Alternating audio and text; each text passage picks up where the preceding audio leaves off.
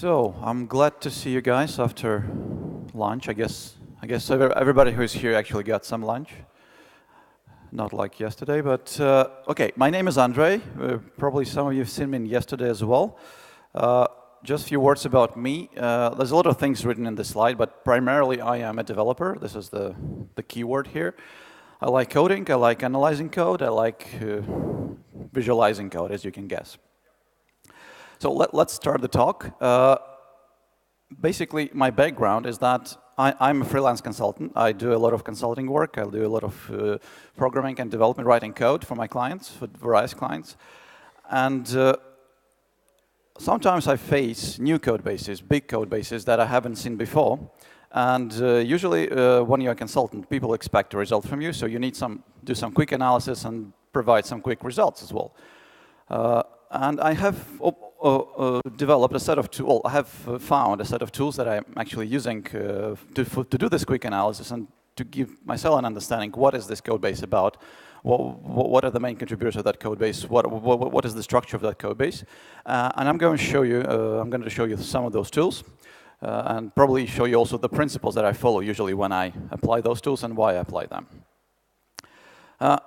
Some of you probably know that Google codebase and Facebook codebase are kind of big. Google accumulative codebase size is 2 billion lines of code. Facebook is roughly 61 million, and this data is probably outdated. Probably it's already bigger. And the codebases I'm usually working with is roughly from 20,000 lines of code to 2 million lines of code, so different size.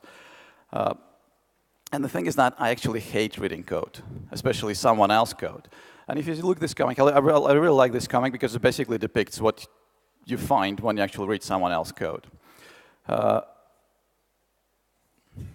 And the thing is that when you look at code, at someone else's code, at a big project with a lot of lines of code,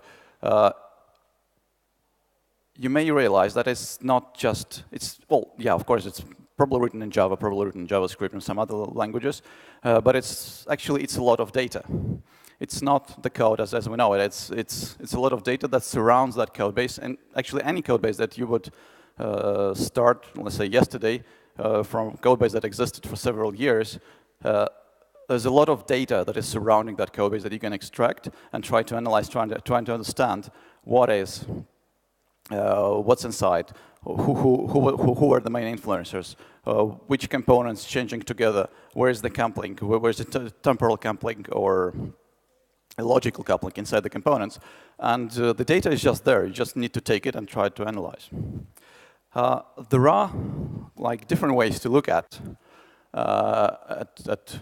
code statistics and different metrics. And of course, the usual way is that you use static analysis tools that allow you to provide some information about the current code snapshot or any other code snapshot. And this is fine. This is really great because you get some information about how the code is doing now. But I think what is even more valuable is that if you look at the history of the code base, if you take into account who, when, and why have changed some pieces of the code, you actually would get even a bigger and deeper picture, which will allow you to understand not only the code itself, but also the team behind the code, team that created that code, and maybe company that created that code. You will understand what are the processes. Of course, none of the tools actually provides you an exact answer. You have to go into data and analyze that. But with some creativity, it's possible. So my question to you guys is, who uses SonarQube? OK, quite a lot, roughly maybe 50%. OK, but keep your hands up. Keep your hands up, please. Who actually uses SonarQube? I mean, you use SonarQube and you actually fix the errors that you see in SonarQube every day. OK, slightly less. And the thing is that, I mean, I like SonarQube. I really love it. It's a great tool. The problem with my problem with SonarQube is that it's not that easy to get data in. You have to configure the project. You have to configure the database. It's all there, but it's kind of requires many extra steps in order to get data in. Also,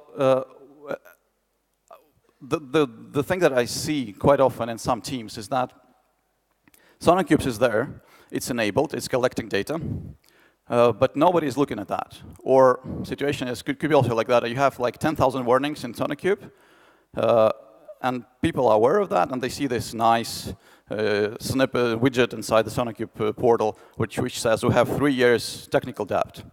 And then when somebody introduces a 10,000 first warning, nobody cares about that warning because it's just, it's small noise against signal. So SonarQube needs to be tuned before you can actually use it. Usually, what I do with SonarQube installation that I see, I disable most of the rules. I enable only the blocking ones and critical ones. Because if the team cannot really fix the critical ones, then enabling all the rest doesn't make a lot of sense. And then we gradually go through the process of educating the team, of enabling more rules when they actually are good with fixing and understanding the critical ones, the small set of rules. Then we enable more and more and more with time. But it's a time-consuming process, and don't enable everything at once. Another problem that I have with SonarQube is that the data that is inside SonarQube database is kind of impersonal. It's not really bound to the history of the project. It's only bound to statistics of the code, which is not always the representative data. Okay, sorry. So the first things I do when I get an unfamiliar code base is, of course, I count the lines. It may sound obvious, but sometimes just the lines of code data can actually give at least a starting point for further analysis. And as you've probably seen in some of my other examples, the goal is to find some hotspots based on the data that you get from your code base, and then start going deeper inside the hotspots to get actual knowledge about the code base. And of course, starting with lines of code is the first thing. And of course, it just gives you an estimate because size of the code base actually does matter. It matters a lot. And also, at the moment, most of the code base actually are polyglot. So we will have most likely in the same code, in the same project, code from JavaScript, HTML, Java, Ruby, whatnot. And seeing the ratio between the languages and between different frameworks, maybe, just using the lines of code statistics can still tell you a lot about the project. Another thing that I'm trying to look into is the ratio between testing code, commenting code, blank lines, and speaking about commands actually specifically is, for example, if I take myself like 8 years ago, maybe 10 years ago, I would say that commenting is important. You have to comment your code. Talking to me like this day, I would say that actually a lot of commands represent a problem in your code base. Because if you can't express your intent with the facilities that programming language gives you, then usually you have to comment it somehow.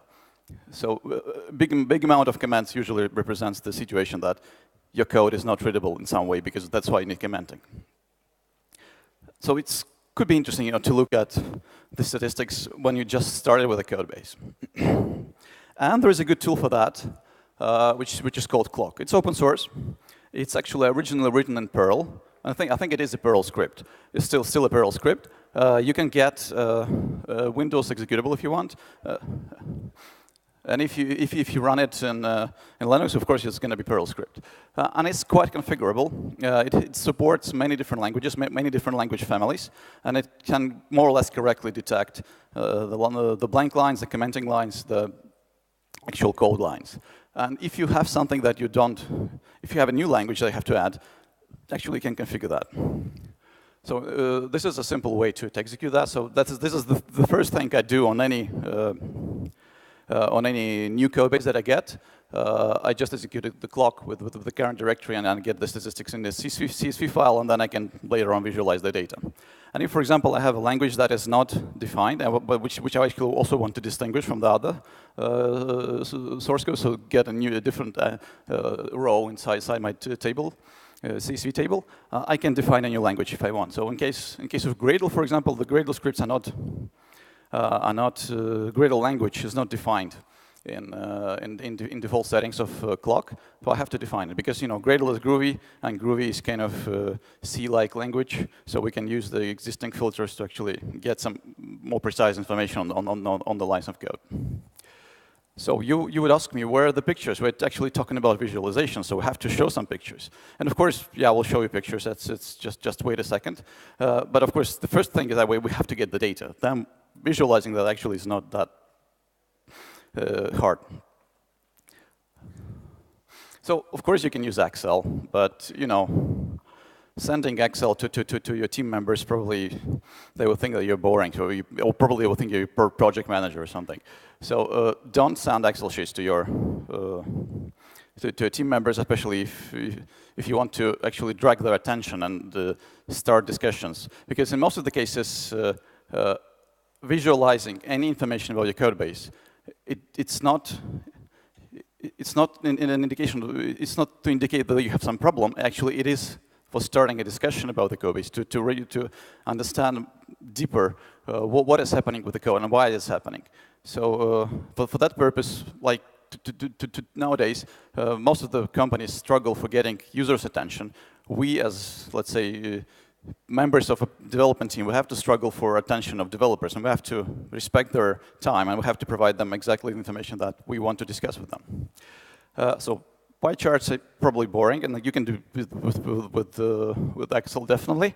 But I would advise try to use some kind of infographics instead. And the data from Cloc, it could be actually plotted quite nicely inside an infographics. And for that purpose, I usually use D3GS. How many of you actually know this library? Okay, some of you. The good thing that this D3GS, it's a JavaScript library, of course. It has tons of examples, very good, very well documented examples on the web, and actually there are many additional libraries that are built on top of D3GS. Also, there are several books written about D3GS. Some of the useful charts that I use quite often when I try to plot not only Cloc data, but also some other data about the code bases that I'm working with are these ones: calendar view, bubble chart, and hierarchical edge bundling. And I will quickly show you a demo. Okay. Do you hear me briefing? Because I hear my briefing as well. No? Okay, fine. Oh, sorry, this is too early. So, for example, calendar view. This is something that you probably saw on some GitHub website, but it is actually just a simple JavaScript, HTML plus JavaScript file, and we can feed any data into that, including data about code line statistics bound to the data information that we can extract additionally. And the thing is that it is an example that you can extract, that you can just feed it with data about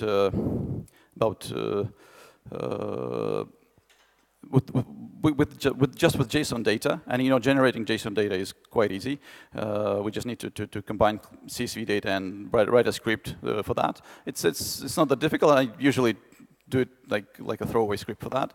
And then you can plot the data that will be shared with other teams and with other team members. And you can combine line code statistics. You can combine Jira issues. You can combine builds, and anything that is important can be combined into this simple example. Another thing that is particularly good for visualizing line count statistics is a bubble chart, which basically shows us that we have basically shows us the size of different types of the, let's say, file types, programming languages, and we can see which one is the bigger. We can also do like nested bubble charts, where inside each of the bubbles we also will present information about commenting or testing code or anything we would actually particularly interesting. Another chart that, well, this is an example of nested bubble chart, which actually also adds another dimension with the help of color, and this is Hibernate core, each bubble is a nested package inside the Hibernate code base, and you can actually the color is the color of the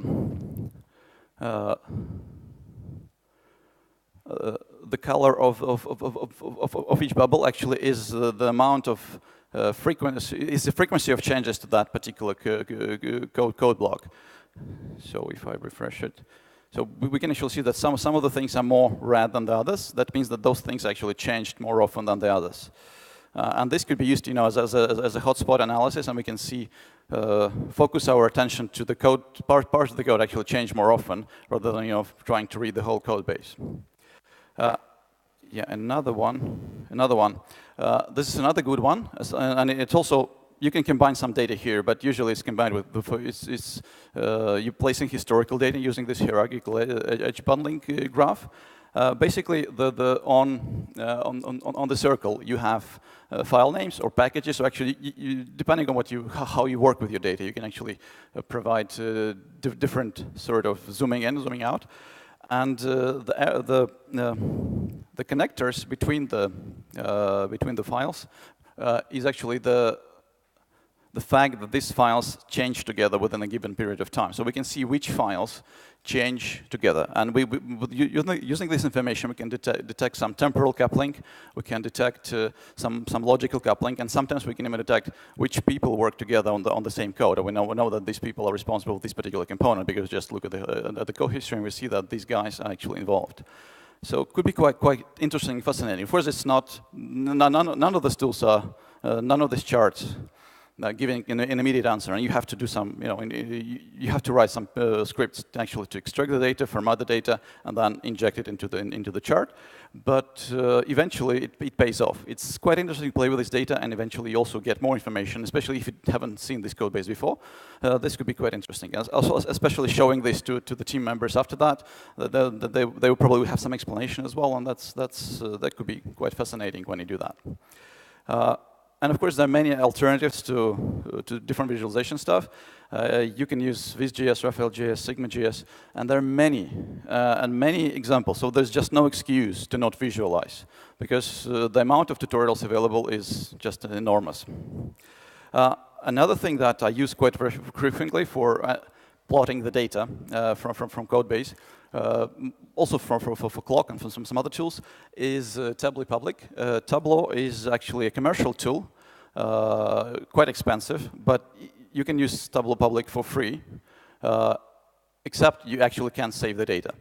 You can't save the visualizations, unfortunately. But the way I use it is basically I try to use it as a quick, dirty approach. And when I have the visualization that I like, when I have the proper data split that serves my purpose, then I usually fall back to finding some D3 library or some D3 example that will do the same for me. So for quick experiments and for just making a screenshot and sending it to your manager or to your team members, this tool could be quite good. It's free. And then if you want to automate that and have more periodic reports, you can go to D3 automation. And yeah, it can do nested tree charts, bubble charts, whatnot. I mean, it's quite extensive. And the thing is, it's kind of, the experience is similar to Excel, but the visualization part of that Tableau Public is actually much better than Excel's. Yeah, for example, this chart is very good for plotting the sizing data from Cloc. That's what you're probably also seeing in SonarQube. Another thing that I do quite often is that I'm trying to design my own infographics, and it's not that hard if you think about it. Usually, what I do for that is I take the free open source tool called Inkscape, which can it's just a normal graphical editor, which can generate, which allow you to create SVG templates, and basically something like that. I mean, it's a no-brainer. It looks okay, maybe not super modern, but totally fine for my purpose. And what we did with one team using this infographic templates, we actually extracted several metrics. I think it was like 15 different metrics, and every week we're generating this infographic because it's SVG, it's basically XML. We can feed any data into that, and writing a script that does that is like it's a no-brainer. And every week we're selecting the metrics that we're actually changing the most, and we're combining that in this infographic and sending it to the team. It's quite quite an interesting experience. So it was not just static infographic. Actually, it was quite dynamic and was trying to focus the attention of those who receive this email on specific things that actually are important. So homemade infographics actually is possible. And yeah, there are actually quite many templates, free templates, vector templates that you can find inspiration from and get some more, some better visualizations than this one. Another thing that I'm not yet fully explored, but something that can also be used for visualizing code bases is called CodeCity. And the original idea was created in 2007 by Richard Vettel. And then a couple of implementations appeared. One of them, actually, there's an Accenture plugin for SonarQube that can do the same for Java codebase. It's commercial, unfortunately. And another one that exists is called JS City, which is JavaScript library. It's a bit hard to use at the moment, but you can actually do that. And I have an example of that. So, for example, the city model actually is quite good to plotting more than one dimension of data about a code base into a single graph. And in this case, the buildings are most likely the packages. And we can use the size and the color as additional dimensions. In this particular case, I think this is actually, I think it's Angular code base. And this is the size is basically the coupling, and the color, or actually, the size actually is the size of the package, and the color is how much this package actually coupled with other packages. So we can see that some of the packages are more dependent on the others, and foundations usually are more dependent on the other things. And you can see you can actually navigate that, and by combining different dimensions, you can put quite interesting information on top of that. Okay.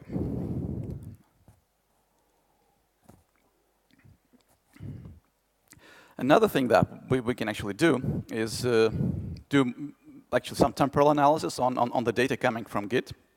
And that's what you can get from GitHub, obviously. Some charts that show us some historical information on how often we change the code. Unfortunately, if you have some commercial projects, you probably can't really put it on GitHub and get these charts.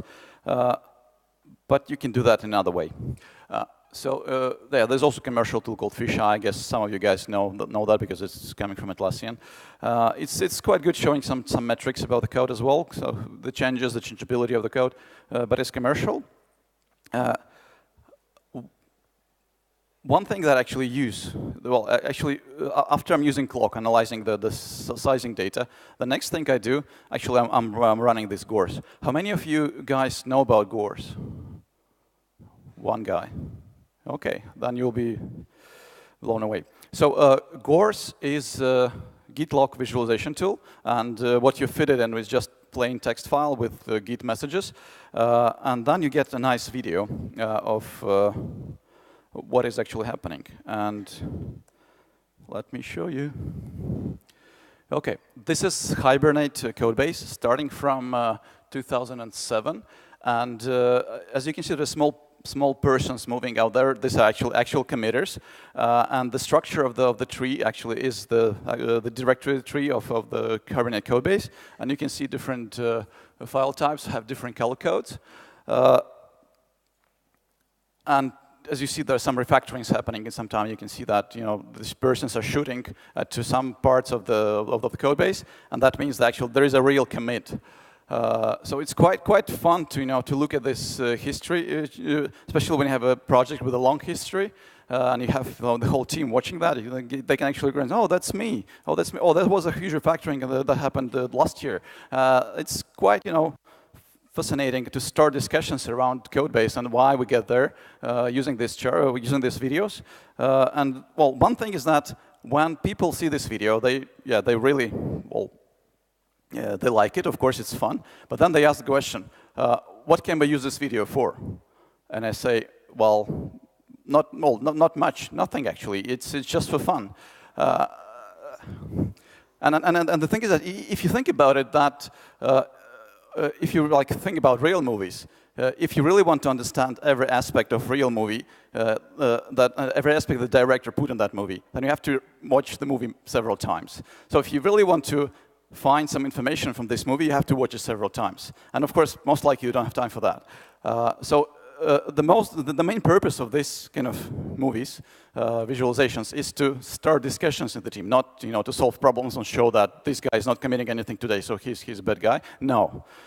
It's just for starting conversations. And one thing we did for one of the projects is that we actually generated these videos for sprints, for like 2-week sprints. And then we had some retrospect. We used them during retrospective to see what actually happened to the code base. It's just a tool. It's just a tool to visualize the history, but it doesn't show you problems. Without the context, it's useless. Actually, if you just go to YouTube and type Gource, you will find this kind of movies. Pretty much for most of the big open source projects. For example, you can find a Linux kernel Gource video, which starts at 1991. Where just only Linus Torvalds is just committing the code. And then, well, actually, maybe I can show you right now.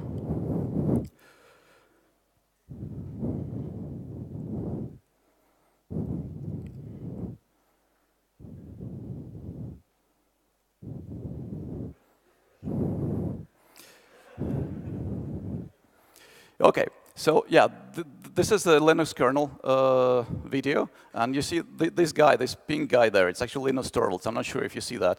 And he's alone, working for, I don't know, 3 or 4 years, committing the code to the kernel. And if we fast forward that to, let's say, 1 hour, we see that how the big code base became and how many people actually are doing something there. Of course, yeah, probably you don't see all the details, but with the actual video that is generated, you can't really zoom in, zoom out. But if you use Gource tool directly, you can actually do zooming in, zooming out. You can actually have more information there because it's more interactive than just generate a video. OK. Another thing that I use is called CodeMat, and it's a command line tool. It's not as visual as Gource, but it has similar purpose.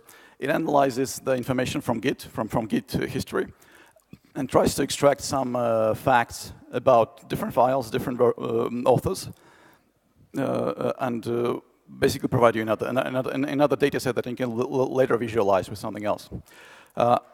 So it expects Git log in this format. You can get it from Git using this command. And after that, you just feed this Git log into Mat, and you can get some information about statistics.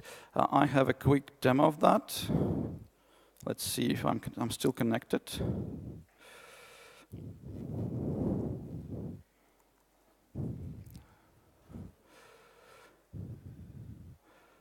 So in this case, I'm feeding the Elasticsearch Git log into Mat, and I'm looking for an analysis that is called coupling, which basically will tell me which files change together more often. It takes maybe, should be a few seconds, and we will have the result. Come on. And now? Yeah, or yeah. OK, so it gives us basic CSV data. And if we look at this, each CSV line, do you see it? Basically, it's the file, one file, and the other file that is changed together with that file within the Git history. The two numbers that we have here is the probability and the number of changes. So we actually see that with the probability of 100%, these two files always change together. And we can plot that data into this chart that I showed you before, and actually see how many files often change together. And in this case, it's kind of obvious. We change in index field mapper and short field mapper, which are both integer types. And I guess because it's Elasticsearch, probably they do it for indexing. And there is a reason for them to change together.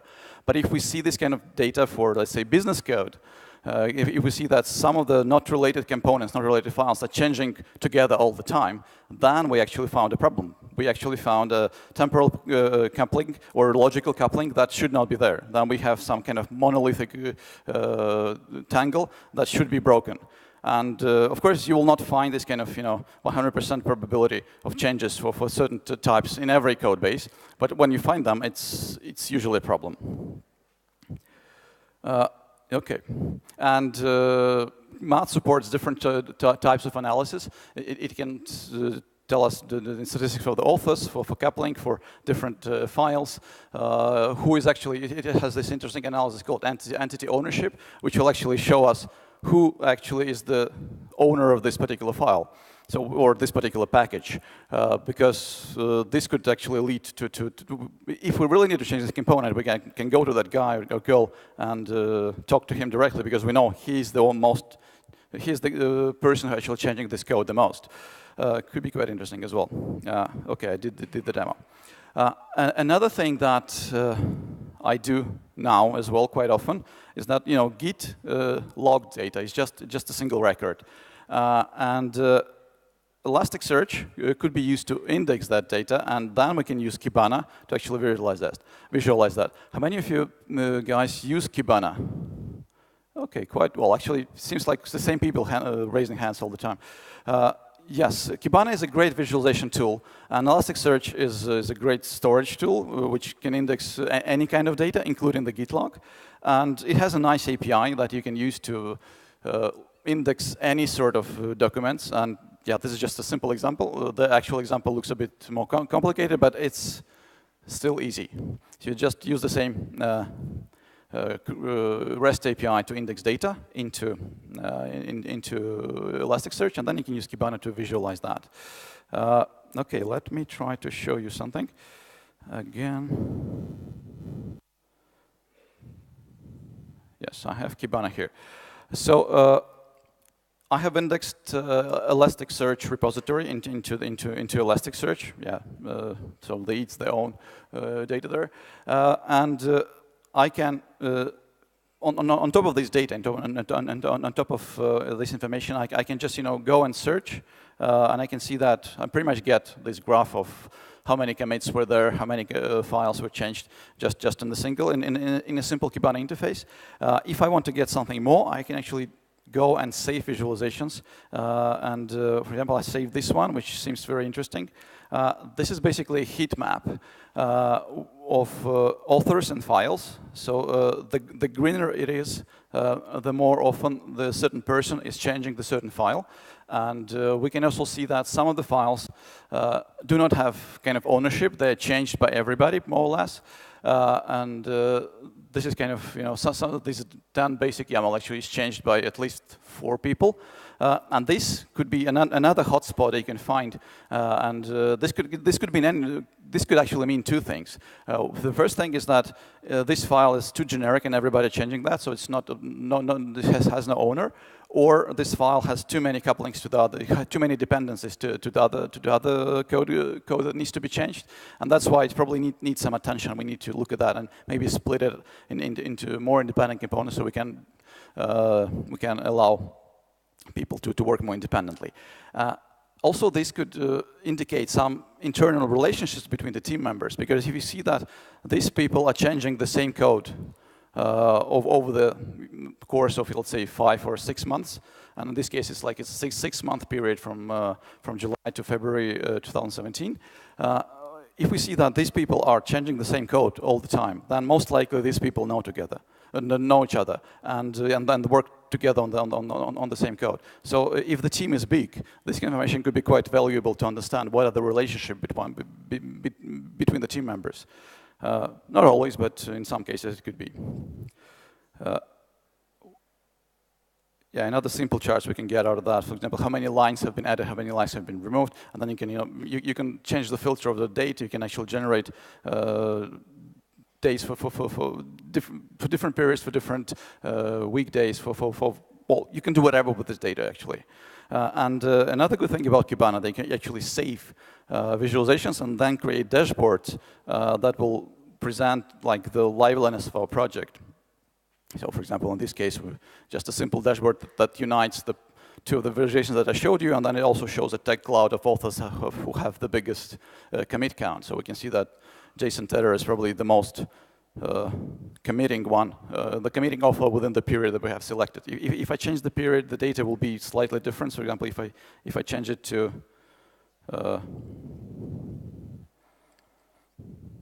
okay. We have still the same guy, but anyway. It's quite easy, first of all, to get data into Elasticsearch using simple scripts, and I use some Groovy code to do that.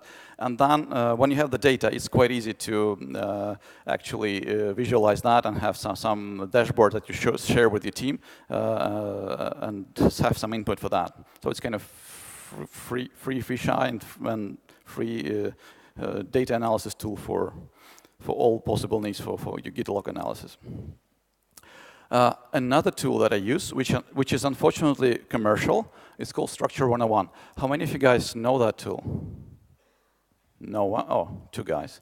There's also an alternative called Stand4j, which also I think is commercial. The good part of this tool, actually, it shows tangles of dependencies within your packages. I can show you a quick demo. And I have like 5 minutes left. So this is, for example, this is a visualization of Maven codebase, and it shows us which do we have any dependency tangles inside our structure of the packages. And by default, it assumes that your Java package structure is reflecting your layering, layering of your architecture. And we can see that, for example, in this case, in case of artifact, Maven artifact repository, we have a tangle of 8, so 8 different components are calling each other or using each other. So this is definitely an indication of some problem that the code is too coupled. It's too dependent on each other. It's impossible well, it will take some effort to split it. And maybe in case of libraries like Maven or Elasticsearch or some others, it makes sense to have some of the code be too tangled because they actually focus on the same thing. But in case of business code, you could actually see if you see this kind of tangles, then most likely there's a problem. Because if you see that some common component is dependent on, let's say, money component, and they call each other all the time, then probably something is wrong. Then your coupling is wrong. Then you actually can't split your monolith because of these issues. And yeah, this tool allows you to dive into and show you the dependencies between the classes and methods and packages. Another tool that I'm using, and I have like 3 minutes left or about that, is jQuery Assistant. And in this case, this is a free tool, and it's with some effort, you can get similar experience you get in Structure 101. Well, maybe not so close, but at least data could be there. jQuery Assistant is a simple tool. It analyzes the structure of jars, of binary jars, and of bytecode as well, and then puts the data about the relationship between the methods, classes, files, packages, jars into a graph database, which is Neo4j. And yeah, it's easy to run. It's just simple executable. And after that, you can execute kind of SQL queries against the graph data inside the database. And because the code naturally has a tree structure, graph database actually is an ideal place where to store all these kind of relations because you can traverse the graph and make it a bit faster than SQL can do that. So it's not SQL, it's Cypher, the language that Neo4j is using. And you could probably guess here that we're actually trying to find all the relationships between classes and methods, and as a result, we get a fully qualified name of the class, and also we just count the methods for each class. So it's a simple query language that allows us to extract pretty much any data about our code base, about our Java code base, and we can then feed the data into other visualizations. Yeah, in this case, we are trying to understand which types are contained by different artifacts, so it could be quite fascinating. And Neo4j has a console, web console, where you can actually visualize at least some of this data, or get some data as tables or CSV files, and then feed them later into other visualizations tools. Okay, conclusion. The guy that I actually would like to mention in regards to this talk is called Adam Thornhill. He's doing a lot of work for code analysis, and he also is creating tools. He's creator of CodeMat, and he's also having a project that does that on commercial basis. So he took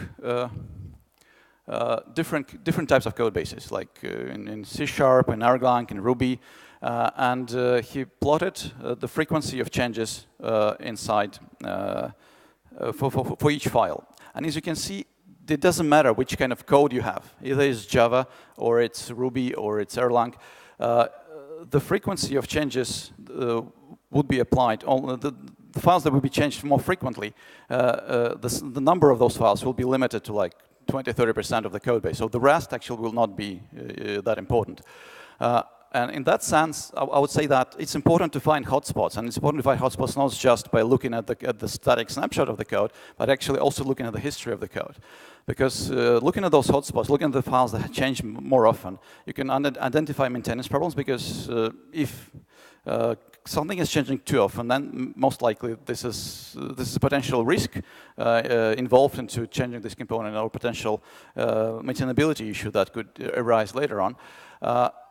And also, hotspots is basically will allow you to find the candidates for making code reviews and analyze the particular package or particular component inside the code base. And another thing you can use hotspots for is that you can actually ask your testers to do exploratory testing on top of the component that is changing the most, because this will most likely find some issues that you haven't found before. So my last words is that try to extract data from your code, and there are tooling for that. There is a way to visualize that. Search for hotspots, because hotspots are the entry point for analysis. Search for new facts and knowledge, so try to extract information that you didn't know before. And yeah, basically become a data scientist or data journalist, I would say. That will help you with the code analysis and team communication. And next time, when you push your code to repository, remember, it's alive. It's a living creature, it's changing, and it's actually reflecting the life of a project, of a team. Some reading material for me. So you can read this book. This is a book from Adam Thornhill about the analysis of, actually using CodeMat there as well, and in general the analysis of the code bases. Some of the metrics books that I can read, and all the links, all the images that all the tooling are published on the slides. I will publish the slides on Twitter in like a couple of minutes after the questions. And yes, that's all. Thank you very much.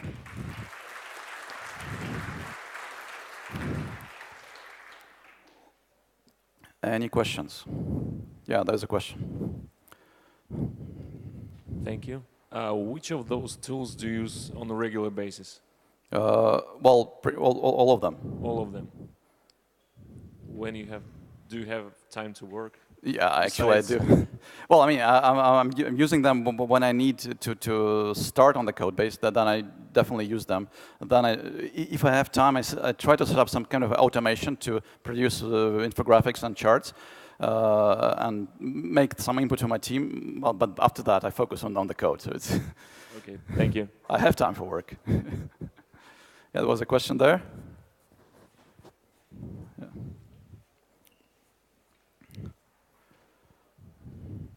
Okay, I have a similar question.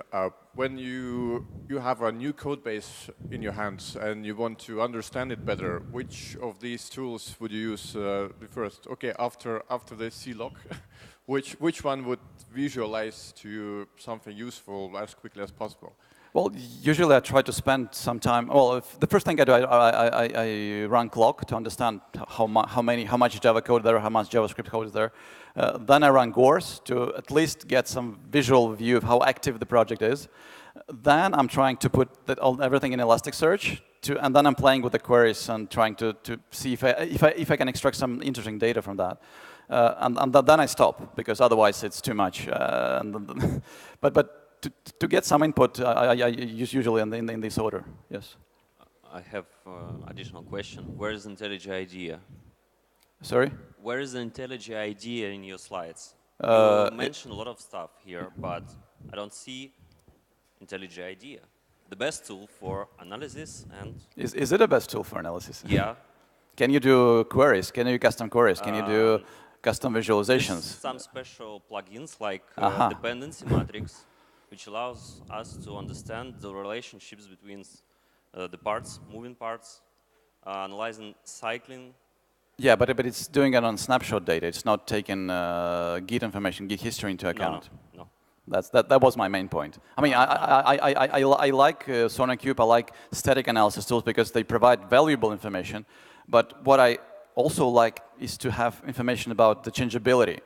And most of the tools don't provide that. And that's why you have to do custom code and custom scripting. Thank you very much. OK. No questions. Thank you.